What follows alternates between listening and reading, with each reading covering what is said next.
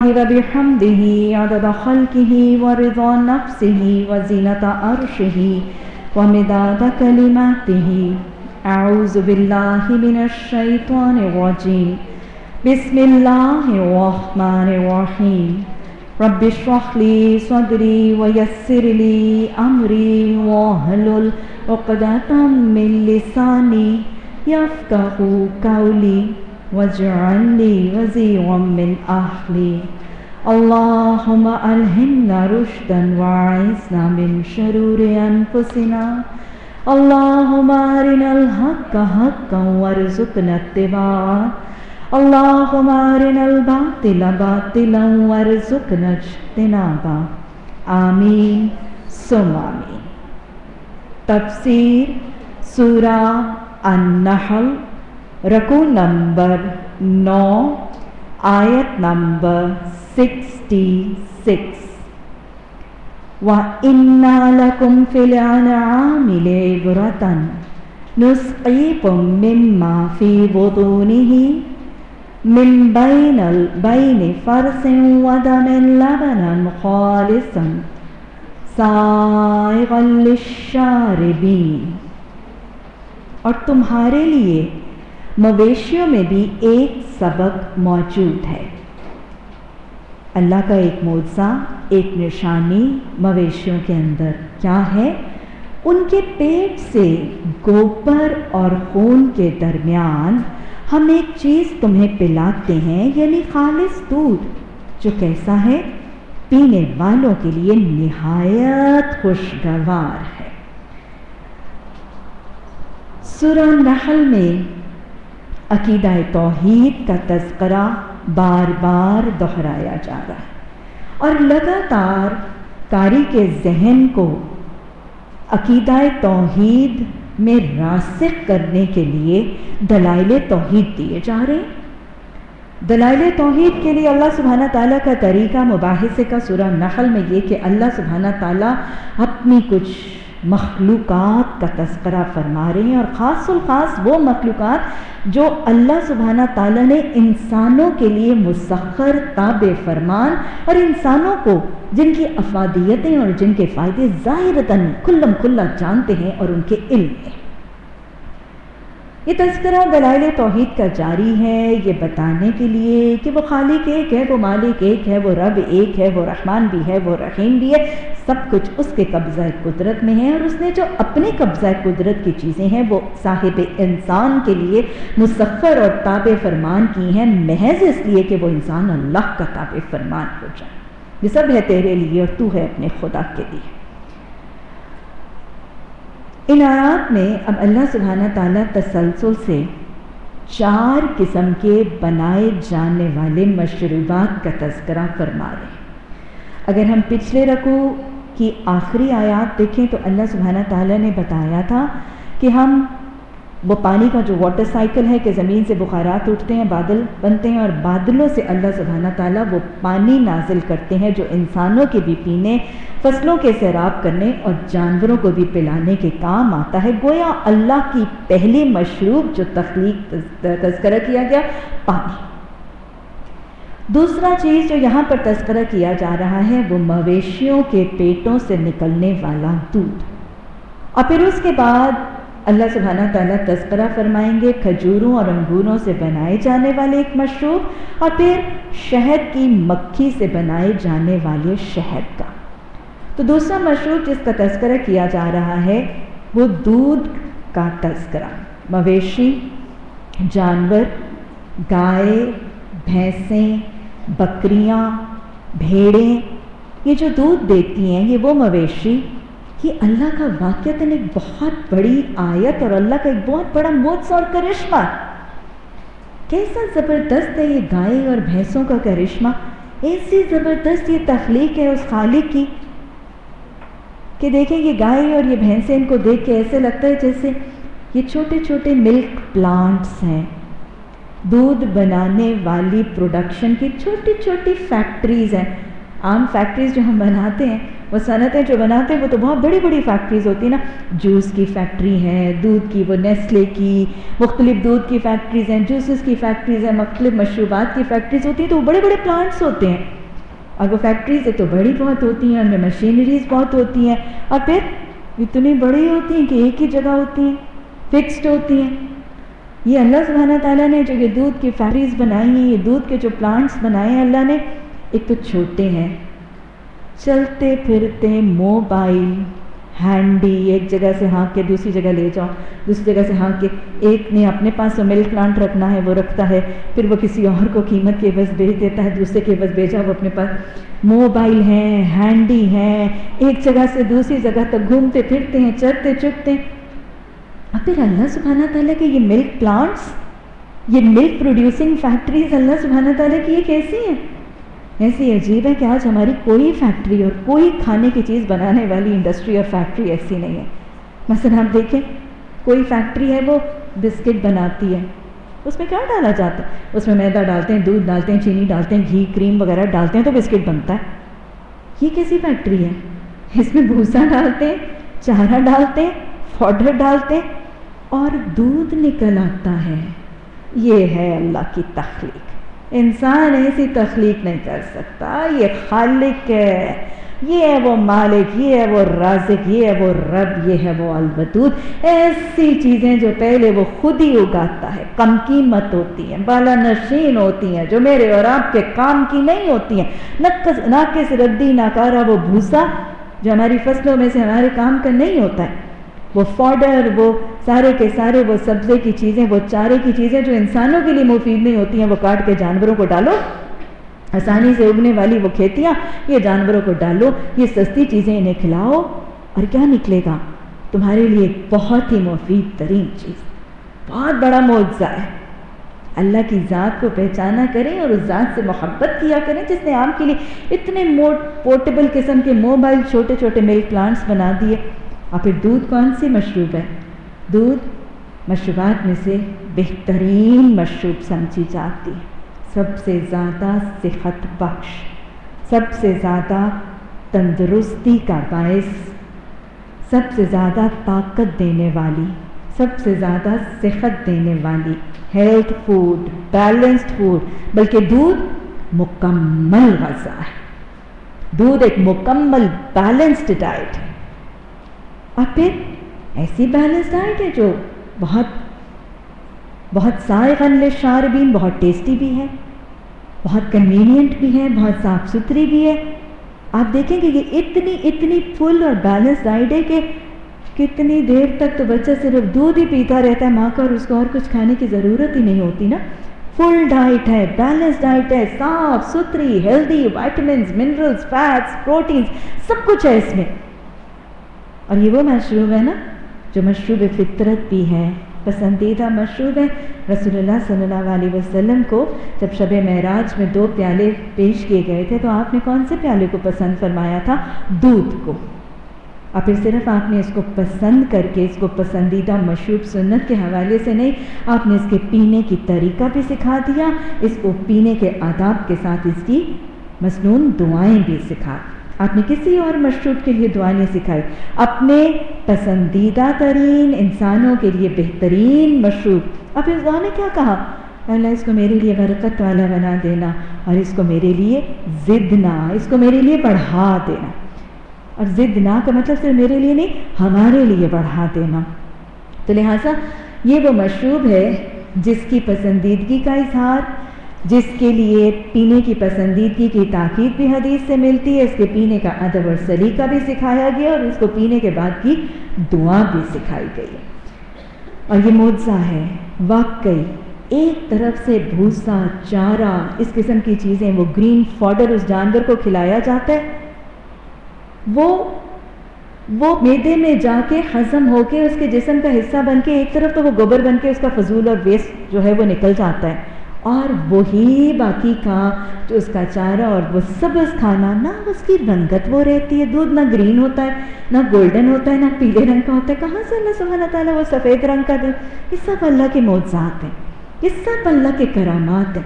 ایک اللہ سبحانہ تعالیٰ کی مخلوق اور اس مخلوق کے ذریعے سے مجھے اور آپ کو دیے جانے والے بہترین انعامات اس چیز کی دلیل بھی ہے کہ وہ بہترین خالق ہے، وہ مالک ہے، وہ رب ہے، اور پھر اس چیز کی بھی دلیل ہے کہ اس نے ہمیں اشرف المخلوقات بنا کے ساری کائنات کو انسان کے لیے مسخر اور تابع فرمان اور انسان کی خدمت کے لیے مقرر فرما دیا۔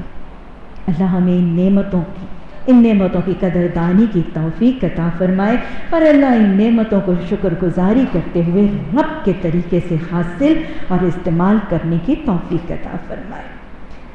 اسی طرح کھجور کے درختوں اور انگوروں کی بیلوں سے بھی ہم ایک چیز تمہیں پلاتے ہیں جسے تم نشاور بھی بناتے اور پاک رزق بھی۔ یقیناً اس میں ایک نشانی ہے عقل سے کام لینے والوں کی۔ گویا اب تیسرا مشروب، کھجور اور انگور کی بیلوں سے رس نکالا جاتا ہے۔ کھجور کے درختوں اور انگور کی بیلوں سے اللہ سبحانہ تعالیٰ ایک اور قسم کے مشروب کا تذکرہ کریں کہ اس سے تم کیا نکالتے ہو۔ اس سے تمہارے لیے رس نکلتا ہے، تمہارے لیے جوس نکلتا ہے، لیکن اس کو تم دو طریقوں سے استعمال کرتے ہو، پاکیزہ طریقے سے بھی، یعنی انار اور کھجور اگر ویسے کھائی جائے تو ایک بہترین اور صحت افزا خوراک ہے۔ آپ کو پتہ ہے نا کہ میں نے اسے آپ کو بہت ڈیٹیل میں جب کھجور کا پیچھے ذکر آیا تھا تو میں نے آپ کو بڑی وضاحت سے بتایا تھا کہ یہ ایک مکمل غذا ہے۔ کھجور ایک مکمل غذا ہے، مکمل ہی تو ہے۔ تو حضرت عائشہ فرماتی ہیں کہ ہمارا 2 مہینے گزارا کس پر ہوتا تھا؟ وہی کالی چیز اور پانی، تو لہٰذا یہ مکمل غذا ہے۔ آپ نے حدیث میں بہت زیادہ اس کو رات کو سونے سے پہلے، اور اگر جادو وغیرہ یا نظر وغیرہ کا وہم ہو تو اس کو صبح خالی پیٹ کھانے کی تاکید فرمائی ہے، اور قرآن اور حدیث میں اس کی بہت زیادہ تاکید بھی ہے اور اس کی بہت سی فضیلتیں بھی بتائی گئی ہیں۔ اور پھر جنت کا بھی اس کا تذکرہ ہے۔ اجوا جو ہے، مدینہ کے درختوں کی اجوا کھجور، یہ جنت کے میووں میں سے ایک میوہ بھی ہے۔ تو لہٰذا کھجور کے حوالے سے بتایا جا رہا ہے، ایک تو تم ان دونوں اللہ کی نعمتوں کو پاکیزہ طریقے سے بھی استعمال کرتے ہو، یعنی ذات خود ایسے ہی کھاتے ہو، یا ان میں سے رس وغیرہ نکال کر اور ان کو رس وغیرہ بنا کر تم اس کو ویسے کھا لیتے ہو پاکیزہ طریقے سے۔ لیکن وہی پھل تم اس میں سے کیا نکالتے ہو؟ نشہ آور چیزیں۔ جب ہم نے شراب کے احکامات اور نشہ آور مشروبات کے احکامات پڑھے تھے تو میں نے آپ کو بتایا تھا کہ شراب کن کن چیزوں سے بنائی جاتی، جو سے، انگور سے، کھجور سے، گیہوں سے۔ تو لہٰذا یہ کھجور اور انگور جو ہیں یہ وہ 2 فروٹس ہیں جن سے شراب اور نشہ آور چیزیں بنائی جاتی ہیں۔ سمجھ میں کیا آ رہا ہے؟ کوئی چیز اللہ کی کوئی مخلوق بذات خود حرام، غیر طیب یا ناپسندیدہ نہیں ہے، بس اوقات اس کے استعمال کا طریقہ اس کو حرام بنا دیتا ہے۔ چیزیں بذات خود حرام نہیں ہوتی ہیں لیکن ان کے استعمال کا طریقہ اس کو حرام بنا دیتا ہے۔ مثلاً ایک زبان، وہ زبان اگر آپ کی ہاتھ میں چلتی ہے تو جنت میں داخلے کا باعث بنتی ہے۔ تم میں سے مجھے سب سے زیادہ محبوب و نشست میں سب سے زیادہ قریب ہے وہ جس کے اخلاق اچھے ہیں، اور وہی زبان جہنم میں اوندے منہ گرائے جانے والیاں کون سی چیزیں؟ زبان کی تباہکاریاں ہی تو ہیں۔ تو چیز کے استعمال کا طریقہ بس اوقات اس کو حلال یا حرام بنا دیتا ہے۔ بذات خود کھجور، انگور یہ اللہ کا دیا ہوا رزق ہے، یہ طیب ہے، یہ پاک ہے، یہ حلال اور پسندیدہ ہے، لیکن استعمال کا طریقہ اگر غیر شرعی ہوگا، اللہ کے حدود سے تجاوز کا ہوگا تو وہی چیز وہ حرام بن جائے گی اس کے استعمال کے طریقے کے مطابق۔ تو لہٰذا سمجھایا کیا جا رہا ہے ان ساری باتوں سے کہ دیکھو اللہ کے احکامات اور اللہ کے حکم کے مطابق جب آسمان سے پانی برستا ہے تو وہ حلال اور طیب پانی ہوتا ہے۔ اللہ کے اذن اور اللہ کے حکم کے مطابق مویشیوں کے جانوروں میں سے گوبر جیسی چیز ایک طرف نکلتی ہے لیکن دوسرا پاکیزہ دودھ ہوتا ہے۔ اللہ کے اذن اور حکم سے بنائی جانے والی چیزیں پاکیزہ ہوتی ہیں۔ شہد مکھی بناتی ہے تو وہ بھی پاک اور مفید ہوتا ہے، لیکن انسان جب اللہ کی نافرمانی سے کچھ چیزوں سے چیزیں بناتا ہے، جب اللہ کی نافرمانی اور اللہ کے حدود سے تجاوز سے انسان کوئی کام کرتا ہے تو وہ چیزیں غیر طیب اور خبیث اور ناپاک ہوتی ہیں۔ تو چیزوں کی پاکیزگی، چیزوں کی طہارت اور چیزوں کے رب پسند ہونے کے لیے رب کے احکامات اور رب کے امر اور حکم کے مطابق ان کا بنایا جانا ضروری ہے۔ اللہ کے حکم سے ہر چیز پاک طیب بنتی ہے، اور اللہ کے حکم کی نافرمانی سے ہر چیز غیر طیب، ناپاک اور خلیص اور خبیث بنتی ہے۔ اولادوں کو بھی اللہ کیسا بناتا ہے؟ حدیث میں کیا آتا ہے؟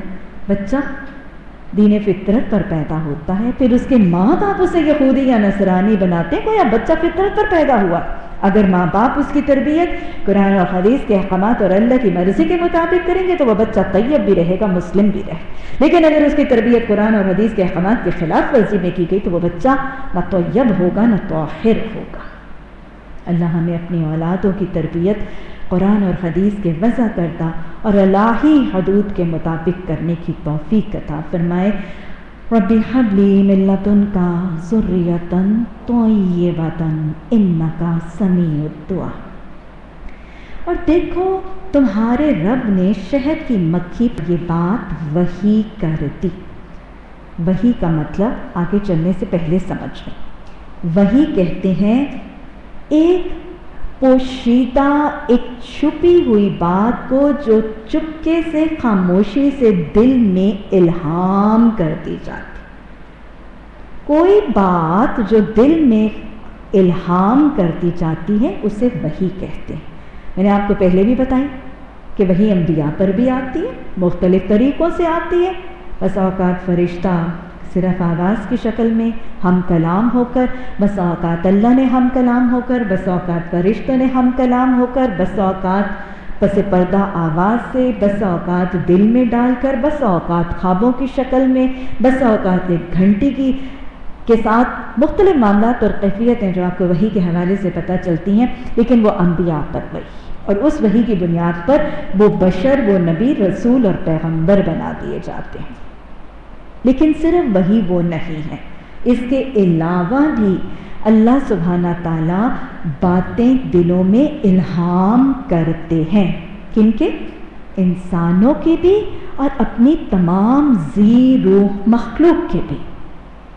انسانوں کے دلوں میں پیغمبروں کے علاوہ وحی خوابوں کے ذریعے، دل میں ڈالے جانے والے خیال کے ذریعے، استخارے کی دعا کے جواب کے بعد کے حوالے سے، اور یا بس اوقات ایک سوچ، ایک رائے، ایک ارادہ اور خیال دل میں ڈالے جانا، یہ سب بس اوقات وحی کے ذریعے ہی ہے۔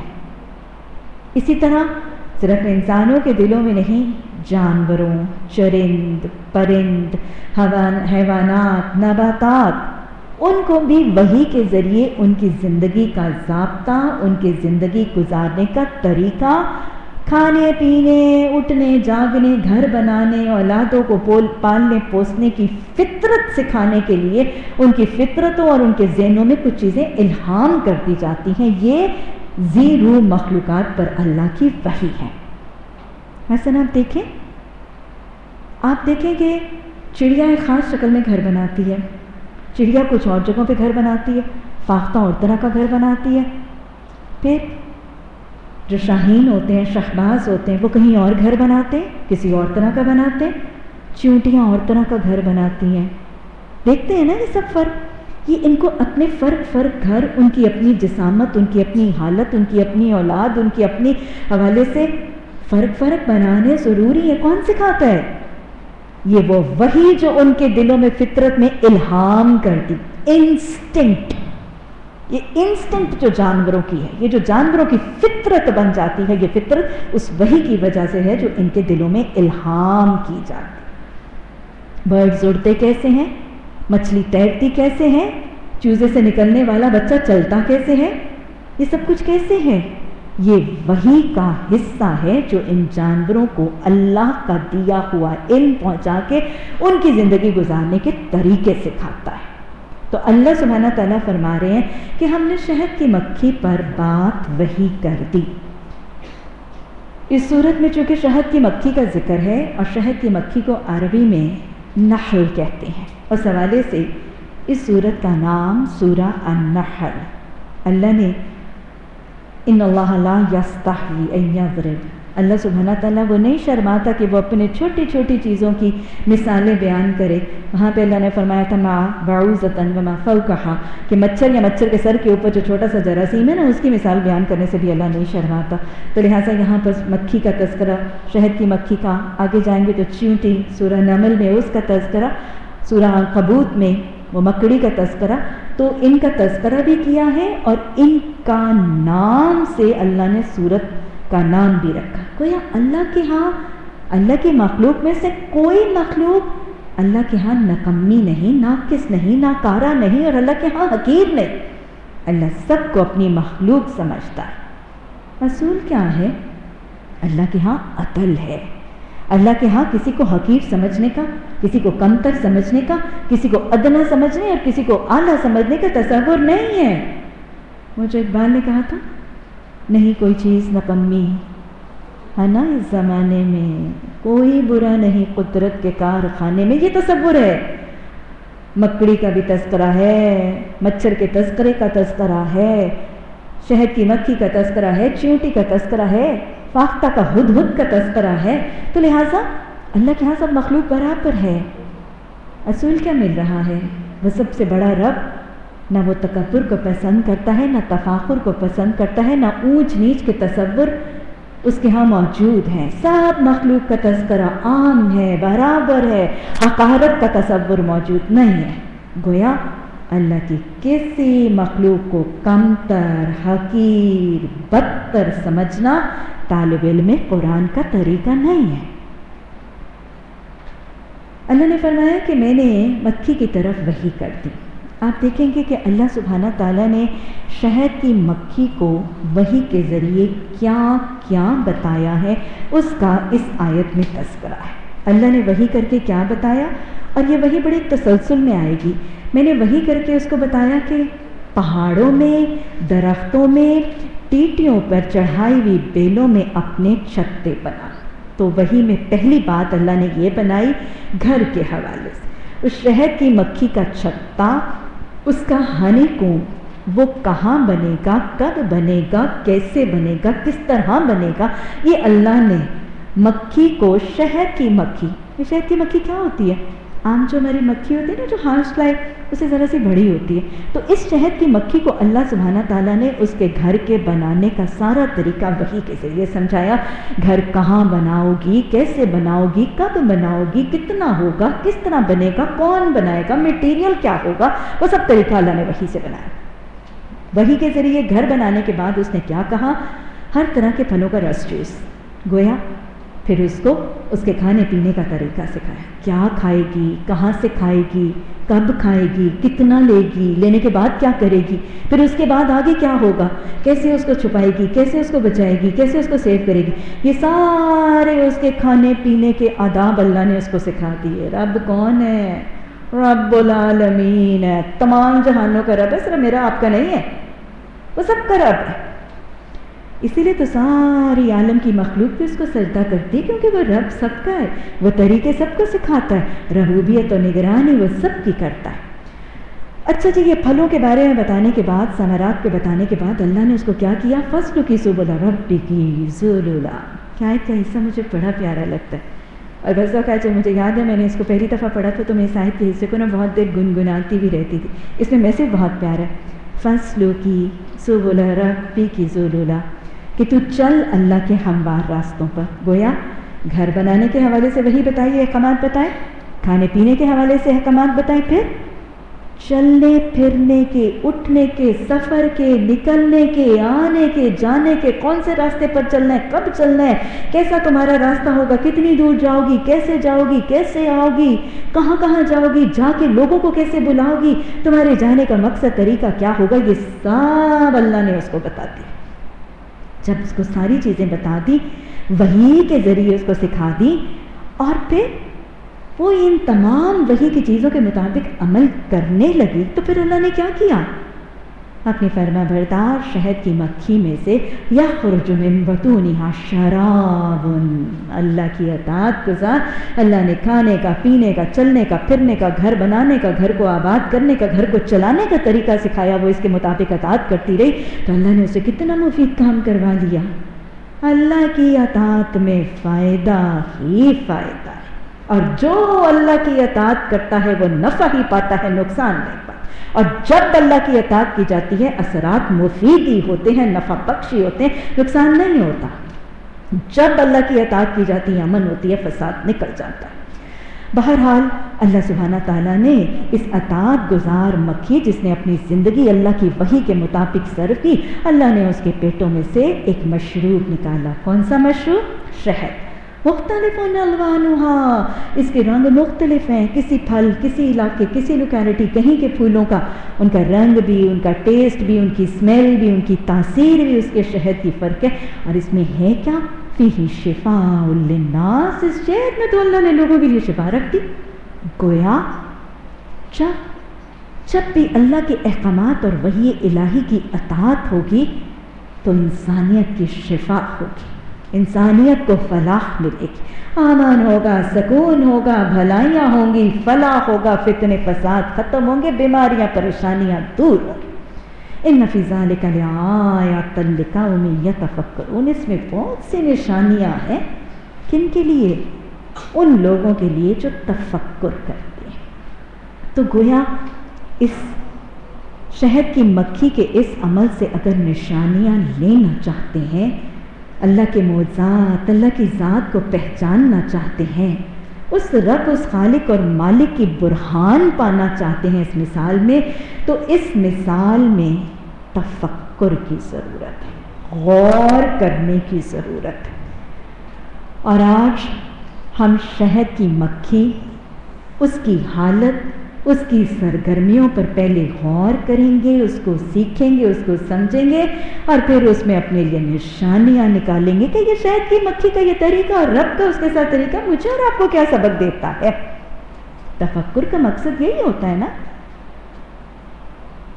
شہد کی مکھی اللہ کے معجزات میں سے ایک بہت بڑا معجزہ اور ایک بہت بڑی نشانی۔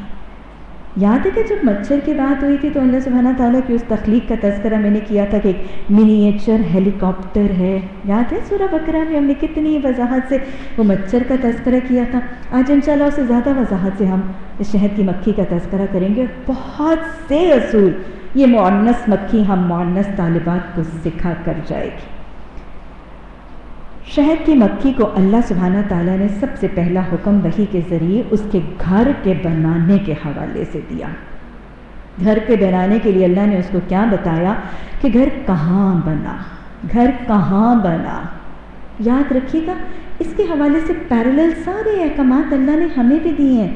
رشتہ کہاں کر، گھر کہاں بنا، کیسا بنا، یہ مجھے اور آپ کو بھی سکھایا گیا۔ اس کا دیکھیے گا اس نے ساری باتیں مان لی، کیسی فلاح پائی، کیسی کامیاب ہوئی، کیسی مفید ہوئی۔ اللہ نے اس کو یہ حکم دیا کہ گھر تو بنا۔ آپ آرڈر دیکھیں، سب سے پہلے کیا حکم دیا گا؟ پہاڑوں میں، پہاڑوں کے بعد درختوں میں، اور درختوں کے بعد وہ ٹیٹیوں کے اوپر چڑھائی ہوئی بیلوں میں۔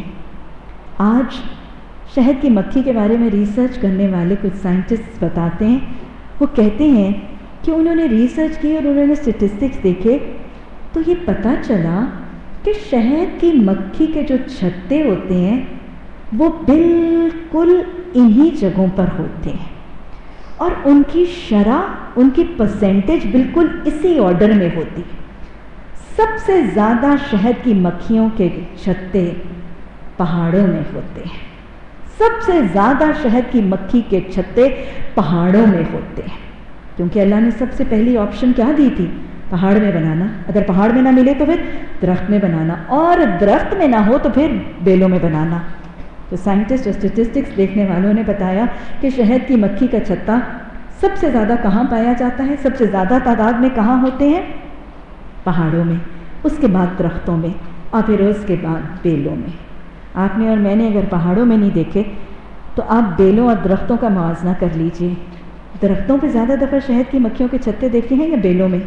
آپ نے خود بھی اس بات کی گواہی دیکھی ہوگی کہ ہمیشہ درختوں میں شہد کی مکھیوں کے چھتے زیادہ ہوتے ہیں۔ ہاں شاید کبھی کبھی آپ نے کسی بیل میں بھی دیکھے ہوں گے، اور بہت سے لوگ ایسے ہوں گے جنہوں نے بیل میں شہد کی مکھی کا چھتا دیکھا ہی نہیں ہو۔ تو شرع اللہ کے کیا پتہ چل رہا ہے اس نے کتنی اسٹرکٹلی اللہ کے حکم کی اطاعت کی ہے۔ اللہ نے جس آرڈر میں آپشن دی تھی اس نے پہلی آپشن کو پہلے رکھا، پھر دوسری کو رکھا اور پھر تیسری آپشن کو. کتنی اسٹرکٹ وحی الہی کی اطاعت نظر آئے. اتنی اسٹرکٹ اطاعت ہوتی ہے نا تو فائدے ہی ہوتے ہیں، نقصان نہیں ہوتے، کیونکہ رب وہ ہے نا، خالق وہ ہے، اس کو پتہ ہوتا ہے. اگر اللہ سبحانہ تعالیٰ نے شہد کی مکھی کو خاص جگہوں پر گھر بنانے کا حکم دیا ہے، اس کو پتہ تھا اس کے لیے بنانا کہاں ضروری ہے، کہاں بنائے گی تو اس کے لیے موزوں ہوگا، یہ وہاں پہ محفوظ رہے گی، اس کے گھر کو کوئی نقصان نہیں دے گا، اس کے گھر کو کوئی خراب نہیں کرے گا. اس کے شہد کے لیے کون سا ٹیمپریچر، ماحول اور فضا زیادہ سوٹیبل ہے. رب کو پتہ ہوتا ہے کہ اپنی مخلوق کے لیے کیا چیز موضوع مناسب اور بہتر ہے، تو وہ اس لیے حکم دیتا ہے. اور اس حکمت والے رب کی حکمت پر کراس کویسچننگ کیے بغیر جو بھی مخلوق اطاعت کر لیتی ہے وہ اس حکم کی حکمت سے مستفید ہو جاتی ہے اور برکتیں پا لیتی ہے. اللہ سبحانہ تعالیٰ نے جب اس کو حکم دیا تھا کہ پہاڑوں میں بنا، وہاں پہ محفوظ بھی رہنا تھا، وہاں آب و ہوا بھی معتدل تھی. اور آپ کو پتہ ہے کہ پہاڑوں میں درخت بہت ہوتے ہیں، پھلدار پودے بہت ہوتے ہیں، موسم اور آب و ہوا بھی اچھی ہوتی ہے اور پلانٹیشن بہت زیادہ ہوتی ہے، وہاں پہ شہد کے لیے رس ملنے کا امکان بہت زیادہ ہوتا ہے. تو فرسٹ آپشن پہاڑ دی گئی تھی، اس کے بعد درخت دیا گیا، پھر بیلیں دی گئی تھیں. درختوں اور بیلوں میں بھی فرسٹ درخت اس لیے تھے کہ درخت مضبوط ہوتے ہیں، اس کی ٹہنی اور اس کی شاخوں کے ساتھ لگا ہوا وہ شہد کا چھتا جو ہے وہ گرتا نہیں ہے. بیلیں تو کمزور ہوتی. یہ تو میں نے اور آپ نے مباحثہ کیا تو ہمیں حکمت سمجھ آئی. شہد کی مکھی نے مباحثہ نہیں کیا، اس کو اللہ نے جیسے کہا ہے من و ان اس کو تسلیم کر کے حکم مان لیا اور برکتوں کو پا لیا. شہد کی مکھی کو اللہ نے صرف اور صرف گھر بنانے کی جگہ نہیں سکھائی، گھر بنانے کا طریقہ بھی سکھایا ہے. میرا خیال ہے کسی دن شہد کی مکھی کا ایک چھتا لا کے آپ کو دکھاؤں گی، ویسے آپ لوگوں نے دیکھے بھی ہوں گے.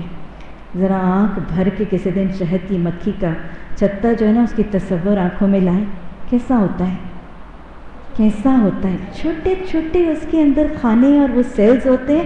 اینڈ بلیو یو می، ہزاروں سالوں سے شہد کی مکھیاں اس ہی طرح چھتے بناتی ہیں، کوئی فرق نہیں. یہ وحی کے ذریعے اللہ نے جو ان کو طریقہ سکھا دیا نا وہ ہزاروں طریقے سالوں سے الحی القیوم کی وحی کے احکامات کے مطابق ہی کرتی ہیں. وہ یہ نہیں کہتے تو بڑا آؤٹ فیشنڈ ہو گیا، we need to change our architect. No, Allah is the best architect.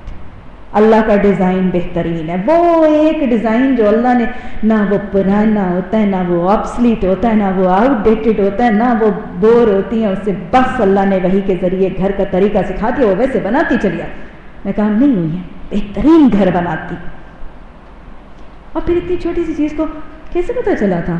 وہ علیم نے سکھایا تھا وحی کے ذریعے. خود سے خود اس کے پاس عقل نہیں تھی کہ یہ بنا پاتی. اللہ جس کو علم دے دیتا ہے، اللہ کا دیا ہوا علم تو رنگ لاتا ہی لاتا ہے نا. ایک شہد کی مکھی کے اندر اللہ کا دیا ہوا علم اتنا رنگ لاتا ہے، اشرف المخلوقات کے اندر کتنا رنگ لائے گا اگر وہ رنگ چڑھائے تو صحیح. صفت اللہ.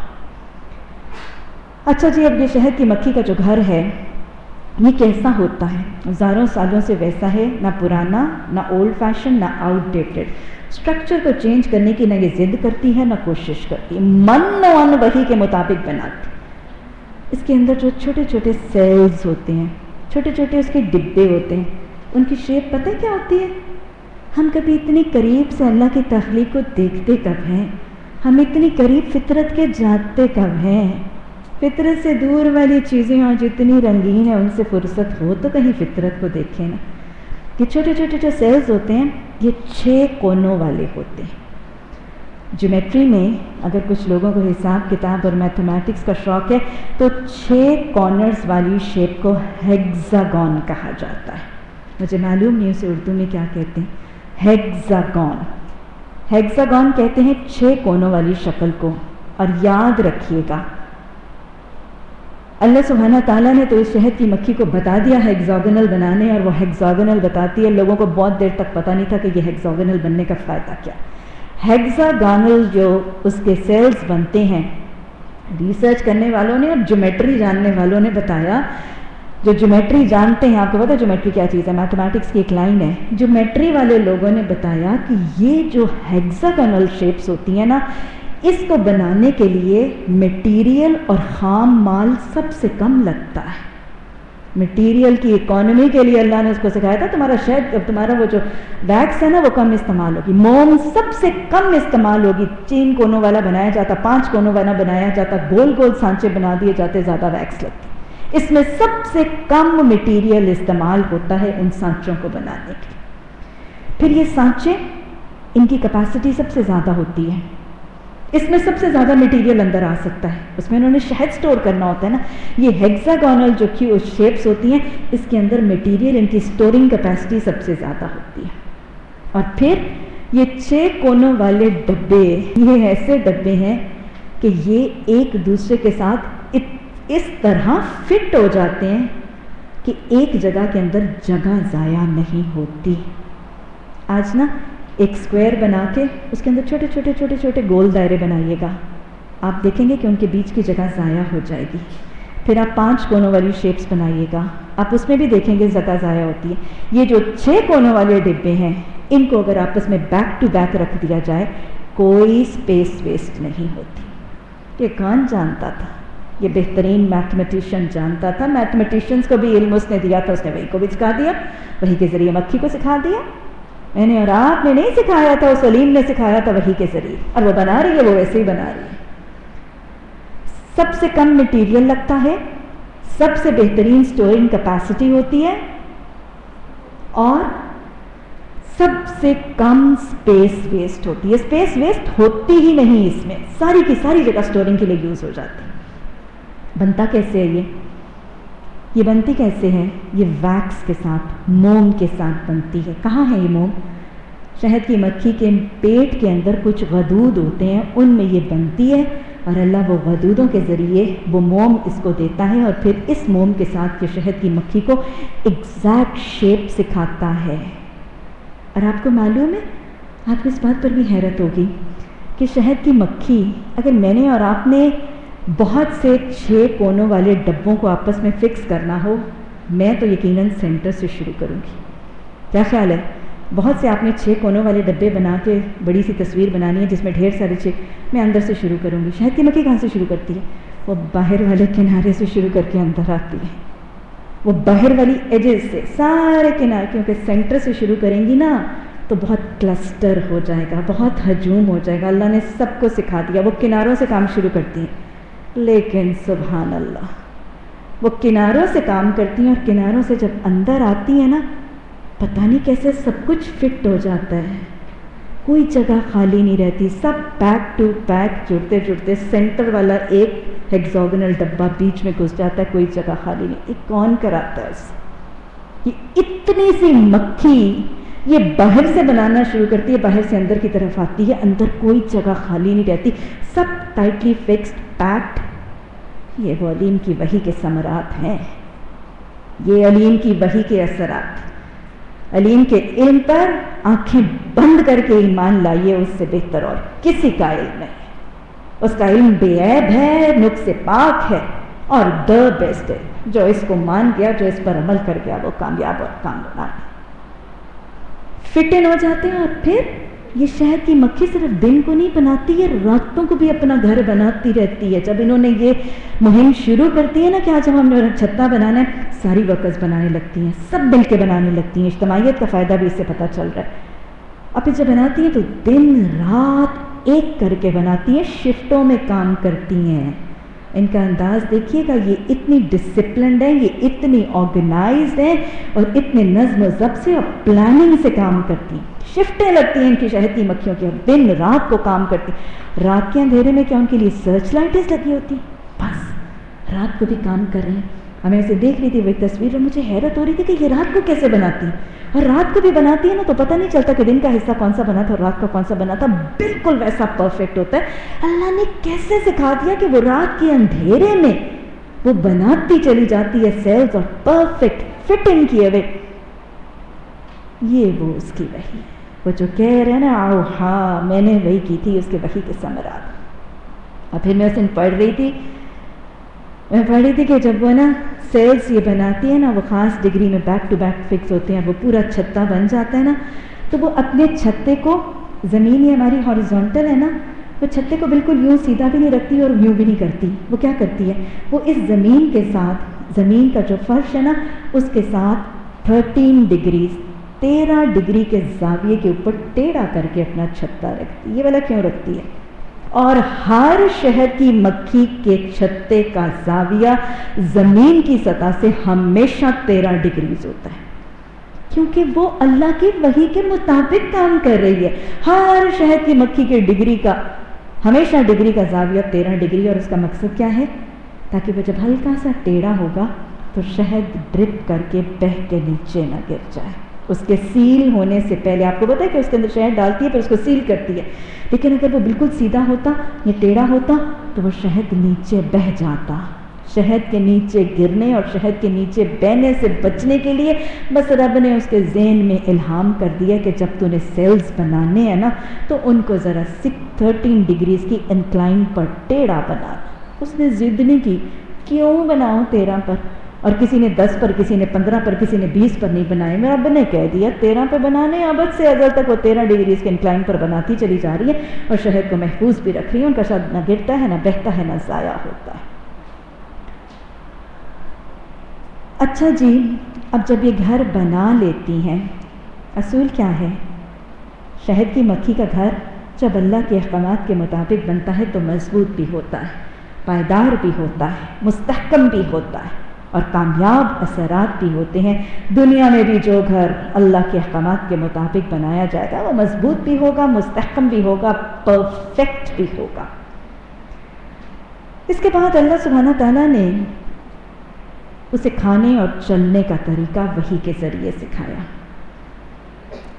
چلنے کا طریقہ کیا سکھایا گیا؟ دیکھیں، فَاسْلُكِي سُبُلَ رَبِّكِ ذُلُلًا، تو چل اپنے رب کے راستوں پر، ہموار راستوں پر. کب چلنا ہے، کہاں چلنا ہے، کتنی دور تک چلنا ہے، کیسے چلنا ہے، چلنے کا مقصد کیا ہوگا، اللہ نے سب اس شہد کی مکھی کو وحی کے ذریعے بتا دیا. شہد کی مکھی کی زندگی کے حالات کو دیکھنے والے اور اس پر آبزرویشنز کرنے والے بتاتے ہیں کہ شہد کی مکھیاں ہمیشہ ایک خاص ہائٹ کے درمیان چلتی ہیں، نہ اس سے اوپر اڑتی ہیں نہ اس سے نیچے اڑتی.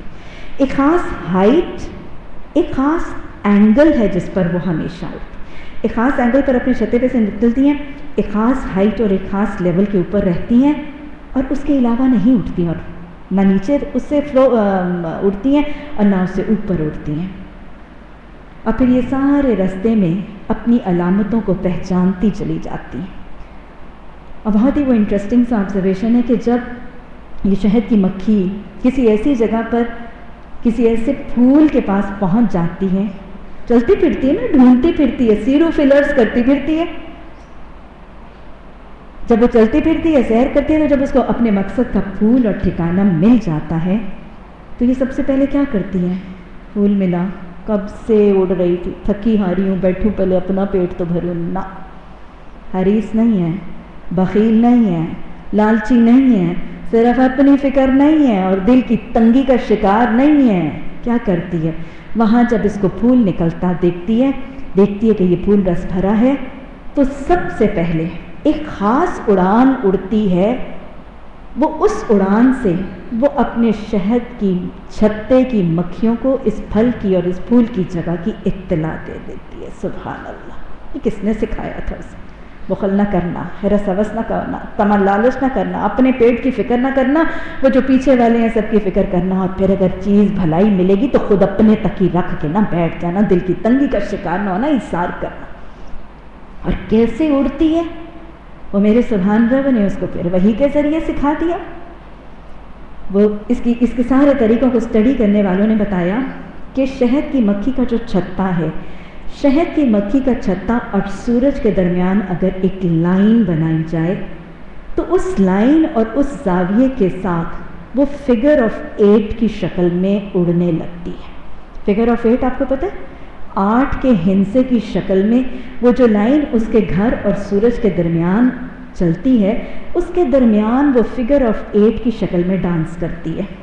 جب وہ اس فگر آف 8 میں گھومتی ہے آپ نے دیکھا ہوگا بس اوقات ایک ہی جگہ یوں چکر لگا رہی ہوتی ہیں. یہ بغیر وجہ کے نہیں لگا رہی ہوتی ہیں, یہ مقصد ہوتا ہے. وہ کوئی کام بے مقصد نہیں کرتی, وہ کوئی کام وحی کی خلاف ورزی میں نہیں کرتی. سب کام اس کو اللہ نے سکھائے ہیں, صرف وہی کرتی, اس کے علاوہ کچھ نہیں کرتی. یہ فگر آف 8 کی شکل میں جب وہ ڈانس کر رہی ہوتی ہے اس لائن کے گرد, تو یہ علامت ہوتی ہے اس کی شہد کی چھتے کی دوسری مکھیوں کو بتانے کے لیے کہ پھول کہاں پر ہیں, رس کا ذریعہ کہاں پر ہے, کتنی ہائٹ پر ہے, تمہارے چھتے سے کتنی دور ہے. اس کو خود جا کے ان کو بلانا نہیں پڑتا, وہیں سے ٹائم اکانومی ہے, وقت بچ رہا ہے, جگہ بچ رہی ہے, انرجی بچ رہی ہے. اللہ کے احکامات کی اطاعت ہوگی تو سب کچھ بچے گا اور مفید اثرات بھی ہوں گے.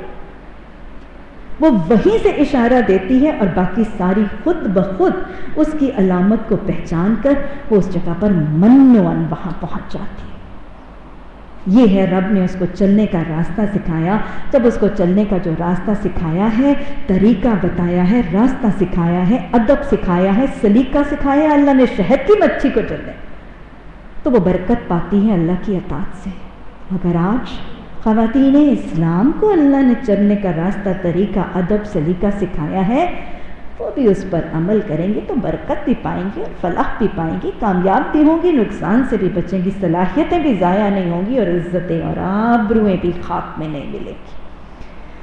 بہرحال یہ وہ پھولوں پر پہنچ کے اپنی باقی بہنوں کو بھی وہاں بلاتی ہے. دل کی تنگی کا شکار نہیں ہے, مجھے مل گیا, میں کیوں کسی کو دوں.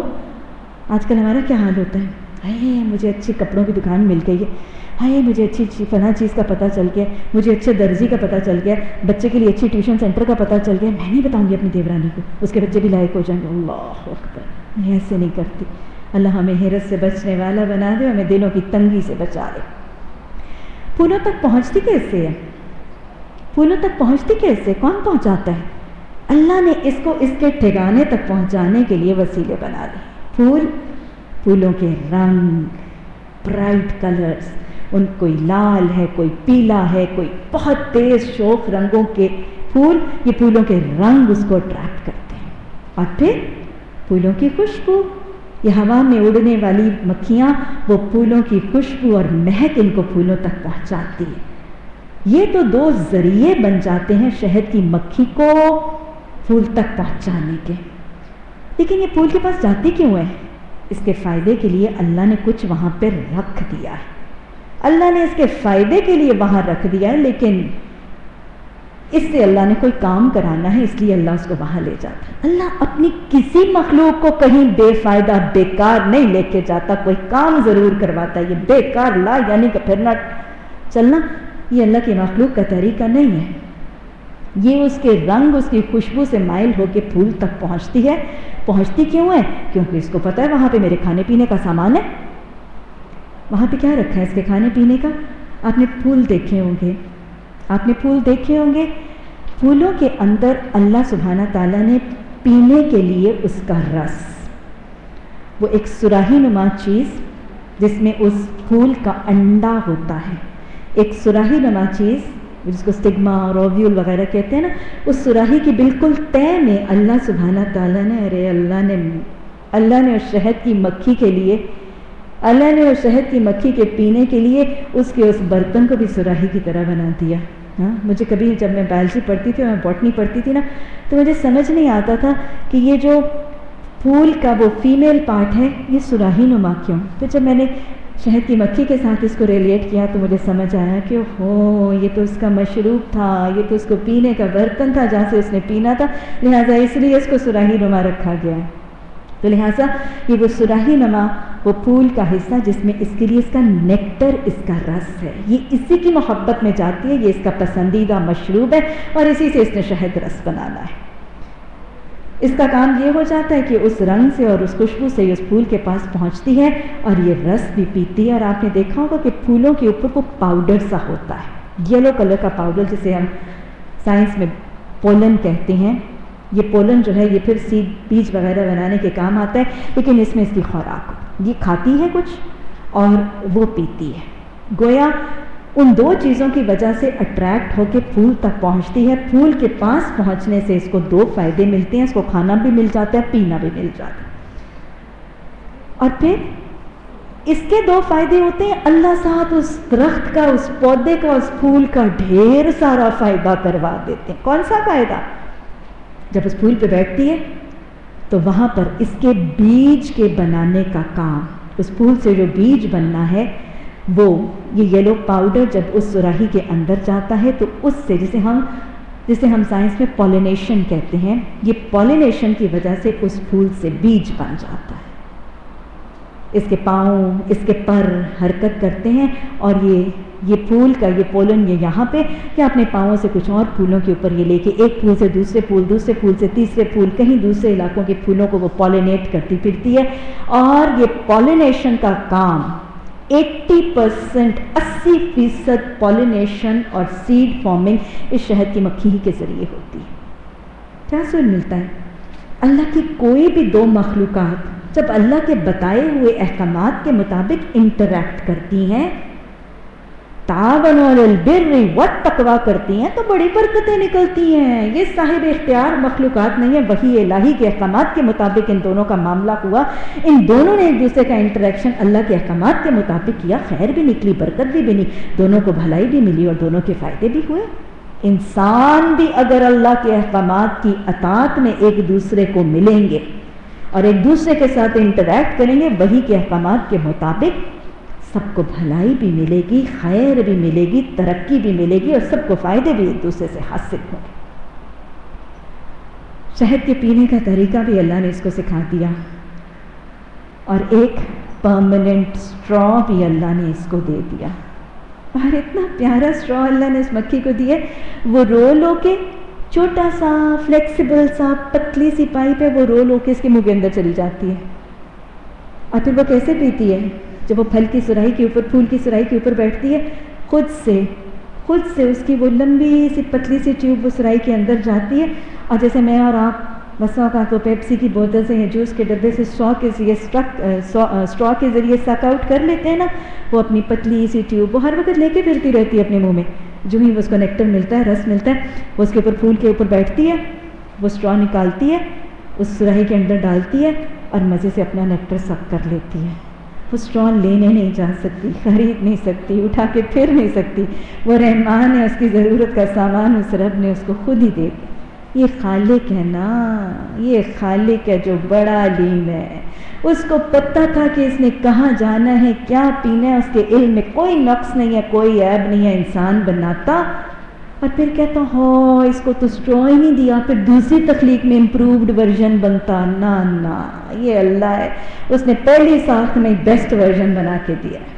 آج انسان بناتا ہے، اگلا ماڈل آ گیا، اس سے اگلا ماڈل آ گیا، اور اس سے اگلے میں اور نقص نکل آتے ہیں، پھر اس سے اگلا ماڈل نہیں۔ اللہ کو ایک ہی ماڈل بنانے کی ضرورت ہے، اور اس کا پہلا ماڈل جو ہے وہ کیا ہے؟ فاطر السماوات والارض کے پہلے ماڈل بہترین ہے اور الٹیمیٹ ہے، ہمیشہ سے ویسے ہی ہے، وہ بہترین خالق ہے۔ اچھا جی، وہ رس پی لیتی ہے تو پھر کیا کرتی ہے؟ پہلے اپنا پیٹ بھر لیتی ہے، چلو جی اپنا تو بھروں نا، کیا کرتی ہے؟ اپنا نہیں بھرتی، اس میں اخلاص ہے، اس میں اجتماعیت کا احساس ہے، اس میں ایثار ہے، اس میں قربانی ہے۔ اپنے معدے میں ڈال کے وہ ہضم نہیں کر لیتی، اس کا ایک چھوٹا سا پاؤچ، ایک تھیلی ہے، شہد کو اس میں منتقل کرتی ہے، اپنے معدے میں نہیں منتقل کرتی۔ اور میں کھا پی لوں پھر باقی کا ملے گا اور تو باقیوں کے لیے نہ، پہلے میں سب کے لیے لے جاؤں، پھر مل بیٹھ کے جتنا ملے گا اپنے حصے کا کھاؤں گی، اپنے حصے سے زیادہ نہیں کھاؤں گی۔ یہ میرا فرض ہے، میں نے جمع کرنا ہے، یہ مجھے فریضہ دیا گیا ہے، کھانے کا حکم مل جل کر ہے، جتنا میرے حصے میں آئے گا میں اپنے حصے سے زیادہ۔ وہ اس تھیلی کے اندر، اس پاؤچ کے اندر اس رس کو، نیکٹر کو ڈالتی ہے، اور پھر اڑنے سے پہلے ایک اور بہت سینسیبل کام کرتی ہے۔ اڑنے سے پہلے میں واقعتاً میں بتاؤں آپ کو، میں شہد کی مکھی کے جب حالات پڑے تھے نا پہلی دفعہ، تو میں حیران ہو گئی تھی، میری عقل دھنگ ہو گئی تھی، ہم سے کتنی زیادہ سینسیبل، کتنی زیادہ سمجھدار، کتنی ویل آرگنائزڈ، کتنی پلاننگ سے کام کرتے ہیں، ہم تو کچھ بھی نہیں کرتے ایسے۔ یہ جب اس پھول سے اٹھتی ہے نا تو اٹھنے سے پہلے اپنی سینٹ اور اپنی اسمیل کا ایک قطرہ اس پھول پر چھوڑ دیتی ہے۔ کیوں چھوڑتی ہے؟ تاکہ جو دوسری آئیں گی نا وہ اس میں اپنے اسٹور ڈال کے رس نکالنے کی کوشش میں اپنا وقت ضائع نہ کرے. میں نے پی لیا، اس میں کچھ نہیں ہے. آنے والی کو پہلے اس خوشبو سے پتہ چل جائے کہ یہ پھول چوسا جا چکا ہے. کسی کا وقت ضائع نہ ہو، کسی کی صلاحیت ضائع نہ ہو. کیا میں اور آپ ایک دوسرے کی اتنی معاونت کرتے ہیں؟ میں نے کہیں سے قرآن کی تعلیمات، میں نے کہیں حدیث کی تعلیمات سے یہ رس بھرے تعلیمات چن لی ہیں. کسی اور کو نہ چننی پڑے، سب کو میں دے دوں، سب کو میں پہنچا دوں.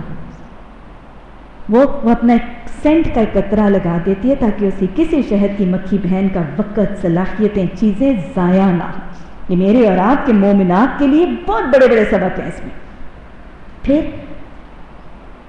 اس دن میں نیشنل جیوگرافک کے پروگرام میں دیکھ رہی تھی کہ اس کے اندر اتنا اخلاص اور اتنا ایثار ہے کہ اگر شہد کی مکھی نا کسی ایسے پھل یا پودے پر، کسی پھول یا ایسے پودے پر بیٹھ جائے جہاں پہ انسیکٹیسائڈز اور یہ زہر وغیرہ انہوں نے اسپرے کیے ہوتے ہیں انسیکٹس کو مارنے کے لیے، اور اس کو پتہ چل جائے کہ اب اس زہر کی وجہ سے وہ ہلاک ہونے والی ہے، تو کیا کرتی ہے؟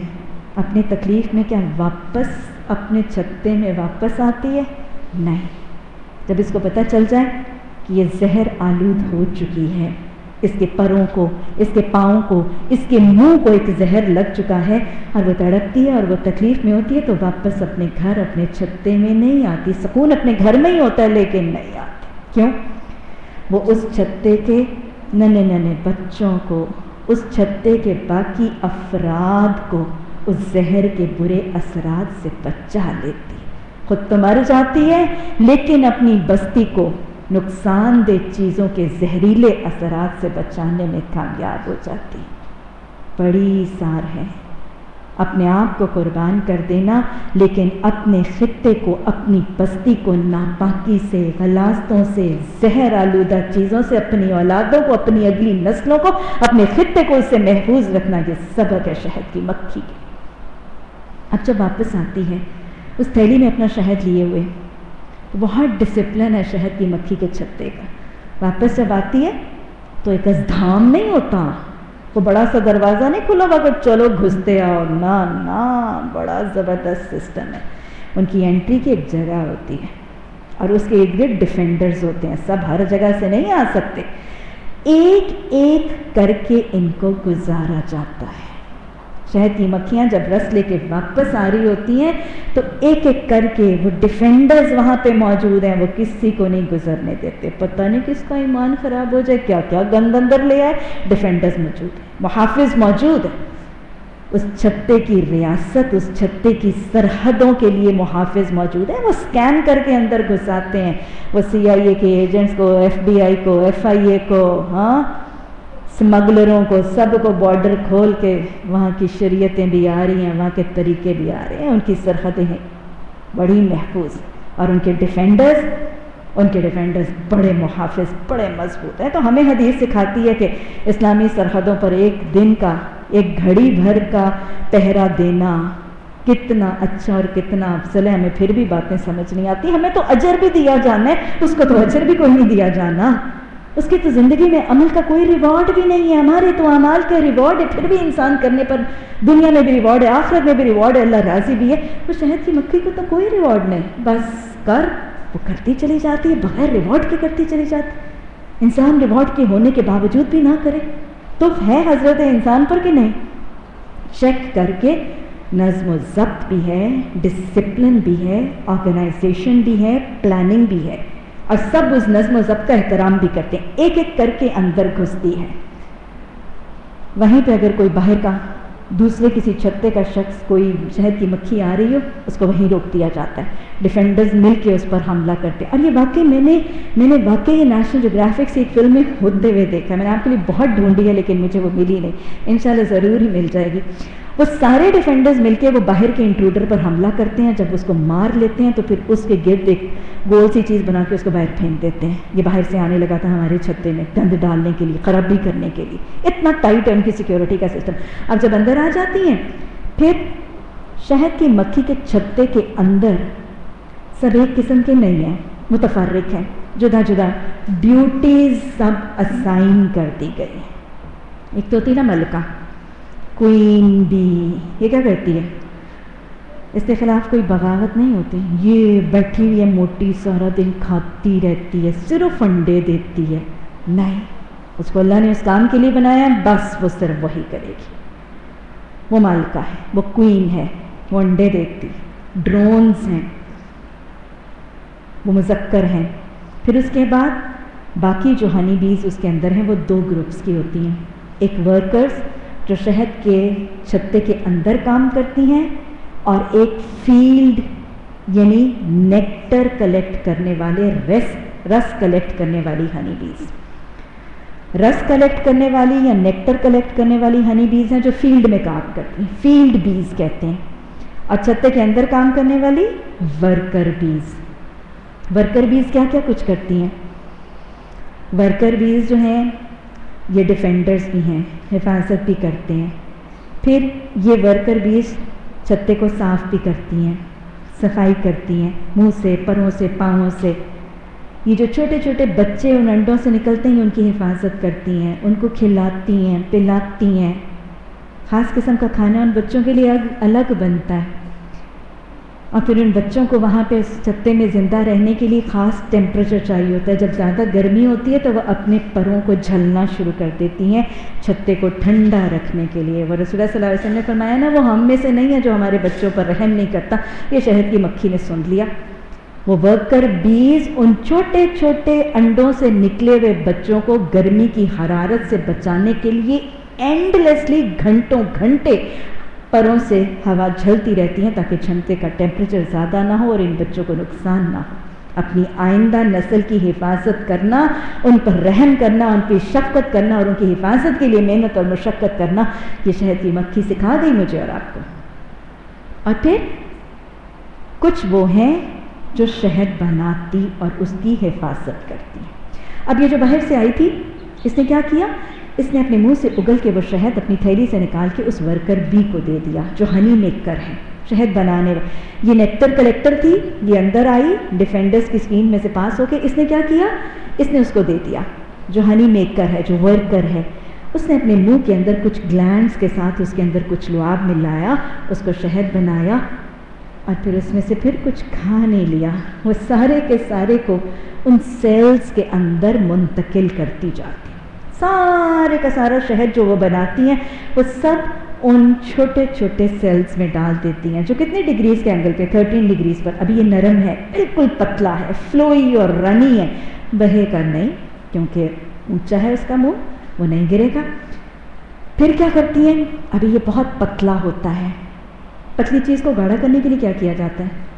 اس کو سوکھنے کے لیے رکھتی ہیں. شہد کی مکھی پھر پتہ کیا کرتی ہیں؟ ورکر بیز جس نے اس سیل میں ڈالا، پھر وہ اپنے پروں سے اس کو جھلتی رہتی ہیں، تیز تیز تیز تیز تیز. آپ نے سنا ہوگا شہد کی مکھیوں کے چھتے کے اندر بھی ایک بھن بھناہٹ ہوتی ہے. وہاں کیوں بھن بنا رہی ہیں؟ وہ بیٹھ جائیں چپ کر کے. اس لیے تو بھن بنا رہی ہوتی ہیں، پر جھل جھل کے اس شہد کو گاڑھا کر رہی ہوتی، ٹھنڈا بھی کر رہی ہیں، گاڑھا بھی کر رہی ہیں، کانسنٹریٹڈ کر رہی ہیں. جب ایگزیکٹ کنسسٹنسی کا بن جاتا ہے پھر اوپر سے اس کو سیل کر دیتی ہیں. یہ سیل جب بھر جاتا ہے، ایک خانہ ایک ڈبہ بھر جاتا ہے، گاڑھا ہو جاتا ہے، اس کے اوپر سے سیل کر دیا جاتا ہے. اس طرح آہستہ آہستہ سارے کے سارے سیلز بنائے جاتے ہیں.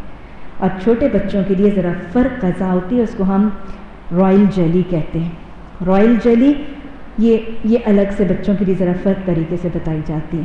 بہرحال بیبی فوڈ اور ہے، ایڈلٹ فوڈ اور ہے، لیکن سب کچھ بناتی ہیں اور کچھ ہڑپ نہیں کر جاتی. ہاں آپ دیکھیں، کوئی بور ہو رہی ہے، کوئی بور ہو رہی ہے، کوئی یکسانیت کا شکار ہو رہی ہے. جس نے جانا ہے رس اکٹھا کرنے کے لیے، جس نے صفائی کرنی ہے، جس نے ڈیفینڈ کرنا ہے، جس نے رس کو جھلنا ہے، جس نے بچوں کو کھلانا ہے، وہ یہ نہیں کہتی. یہ روز چلی جاتی ہے باہر سیریں کرنے کے لیے، میں اندر رہ جاتی ہوں، نہیں آج میں جاؤں گی. نہیں، بس اطیع اللہ، اللہ نے وہی کر دی ہے، تیرا فرض شہد پر پنکھا جھلنا ہے.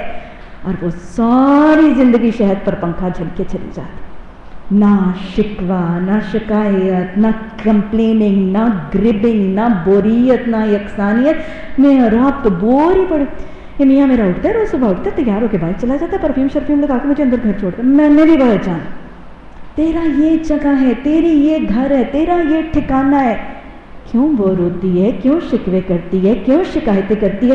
سب کوئی کم تر نہیں ہے، کوئی اعلیٰ تر نہیں ہے. جس کو جو جو ڈیوٹی اسائن کی گئی ہے وہ اپنے اپنے فرائض پورے کر رہی ہے، اپنے حقوق پہ شکوہ نہیں کر رہی ہے، فرائض پورے کرتے چلے جا. ایک شہد کے چھتے کے اندر اپنی ذمہ داریوں کی تقسیم پہ جھگڑا نہیں ہے، عہدے اقتداروں پہ جھگڑا نہیں ہے، آپس میں لڑائی جھگڑے بحث تکرار جدال فتنے فساد مار کٹائی کوئی نظر آ رہی ہے؟ کچھ نہیں ہے. کیوں؟ امن ہے، سکون ہے، سب اطمینان سے اپنی فرض شناسی سے جو اللہ نے اس کو کام اور اس کو ذمہ داری دی ہے وہ اپنی اپنی ذمہ داریاں فرض شناسی سے ادا کرتے چلے جا رہے ہیں. آج یہی تو مصیبت ہے ہمارے گھروں میں، ہمارے معاشرے میں.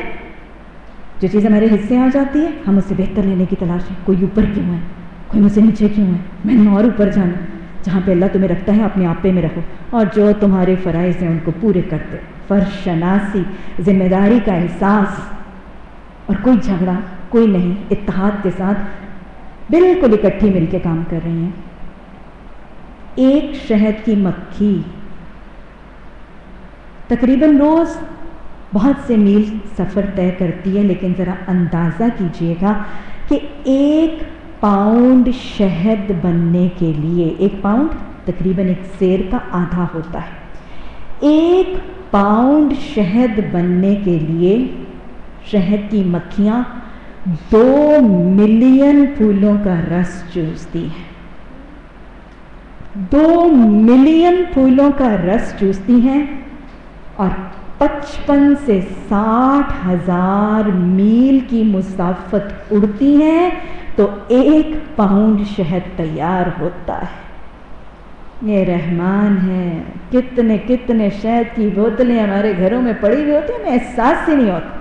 1 پاؤنڈ شہد کے بنانے کے لیے 55 سے 60 ہزار میل کی اڑان شہد کی مکھیاں اڑتی ہیں تو 1 پاؤنڈ رس بنتا ہے.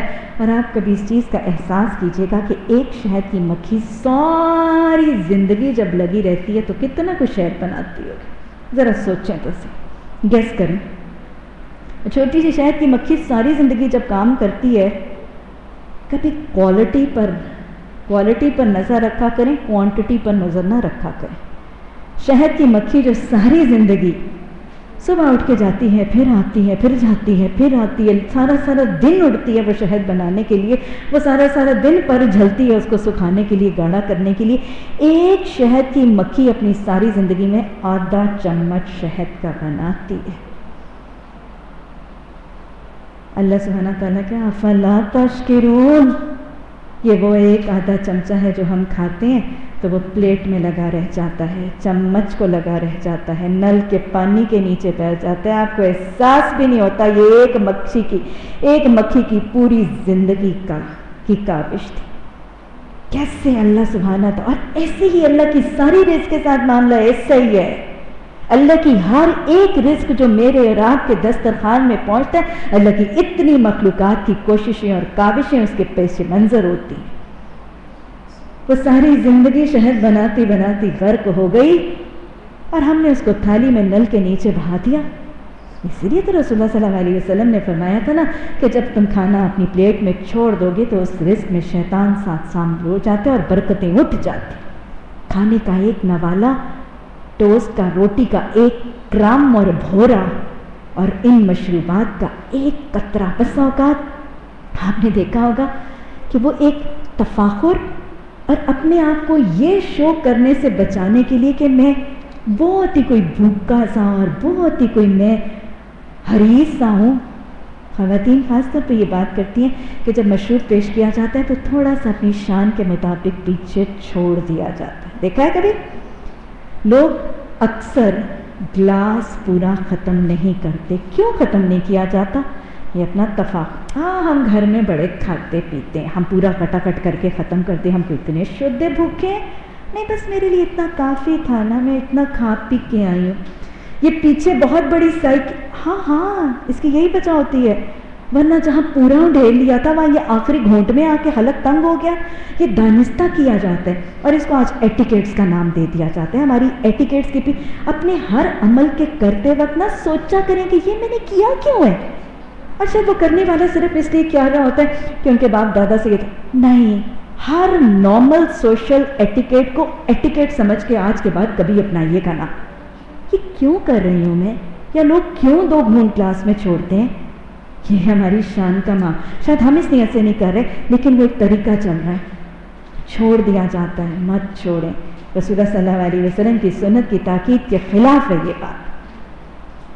بہرحال یہ شہد کی مکھی کو زندگی کے ہر شعبے میں گائیڈنس ہے, اور پھر جب وہ اللہ کی گائیڈنس زندگی کے ہر شعبے میں مانتی ہے تو دیکھ لیجئے گا اس کی بنائی ہوئی اور پیدا کی ہوئی اور چھوڑی ہوئی سب چیزیں مفید بن جاتی ہیں.